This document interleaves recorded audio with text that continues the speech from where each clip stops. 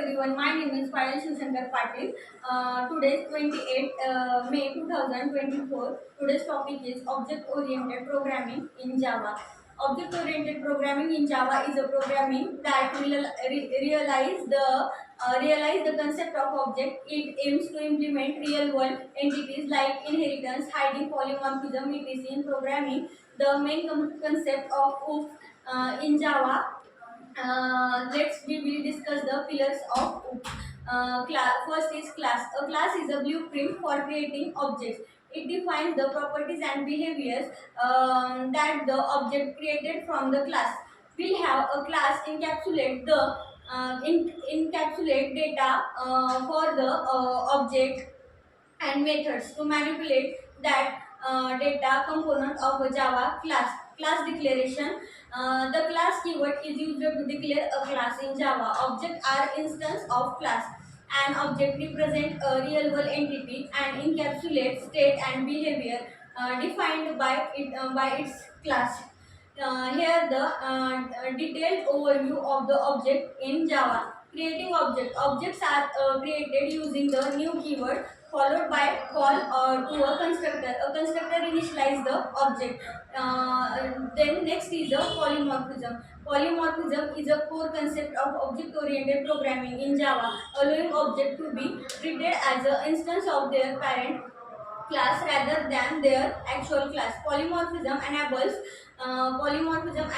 a single interface to be used for a general class of actions, making code more modular and extensible. There are two main types of polymorphism in Java: compile time polymorphism and runtime polymorphism. First, compile time polymorphism is also known as method overloading. Method overloading allows a class to have more than one method with the same name, provided their parameter lists are different.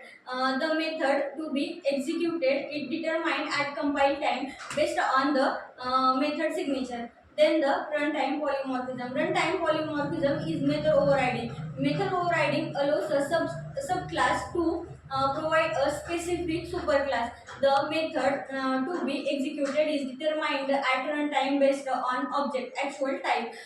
Next is the encapsulation. Encapsulation is one of the four fundamental OOP concepts in Java. It is the technique of building the data and the methods that operate on the data into a single unit called a class. Encapsulation also involves restricting direct access to some of an object's components, which can be accomplished by using access modifiers. Key points of encapsulation.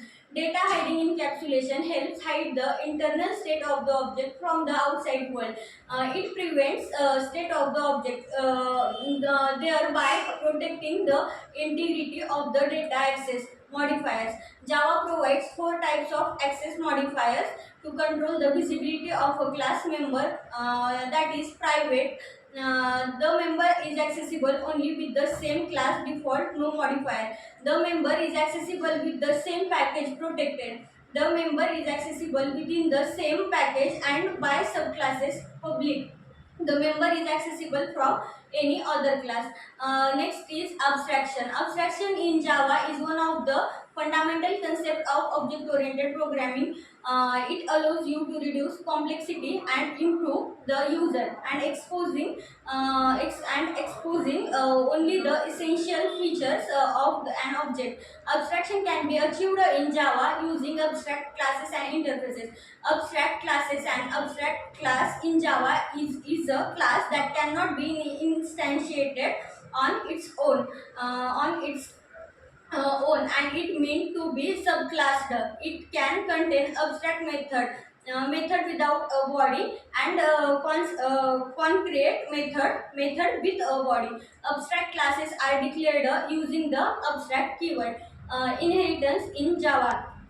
Inheritance is a fundamental concept in object-oriented programming that allows a class called a subclass or derived class to inherit fields and methods from another class. Uh, uh, in Java, inheritance promotes code reuse and establishes a natural hierarchy between classes. There are types of inheritance. Single inheritance.